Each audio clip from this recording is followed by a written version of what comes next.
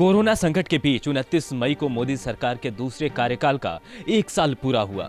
PM Narendra Modi ने देशवासियों को लिखे खत में कोरोना के खिलाफ लड़ाई में एकजुटता और दृढ़ निश्चय की जमकर तारीफ की है। पीएम ने खत में लिखा है कि अत्यंत कष्ट उठाने के बावजूद देशवासियों के महान प्रयास से यह सुनिश्चित हुआ है कि असुविधा एक तबाही में ना बदल पाए।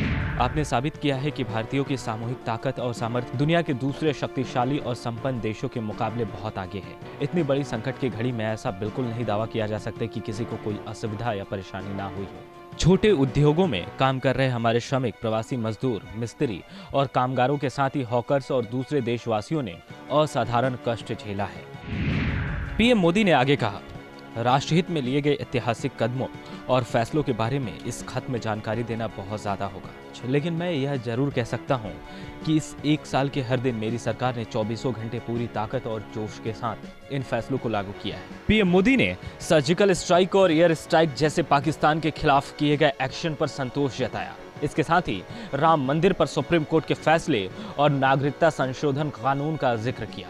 ट्रिपल तलाक और जम्मू कश्मीर से आर्टिकल 370 हटाने की भी पीएम ने चर्चा की है। चिट्ठी में पीएम लिखते हैं, सर्जिकल स्ट्राइक और एयर स्ट्राइक के जरिए भारत ने अपनी ताकत का प्रदर्शन किया है। इसके साथ ही दशकों से लंबित मांगे जैसे 1 रैंक 1 पेंशन, 1 नेशन 1 टैक्स और किसानों के लिए उचित समर्थन मूल्य को भी पूरा किया गया है।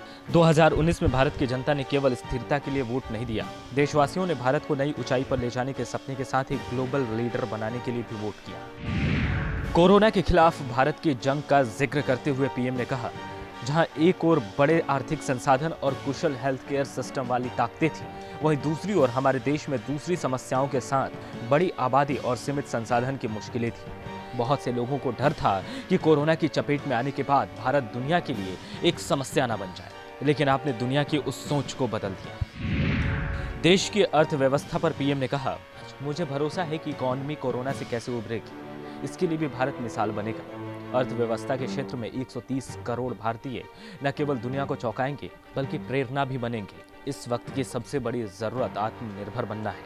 इस दिशा में हाल ही में दिया गया 20 लाख करोड़ का आर्थिक पैकेज बड़ा कदम है।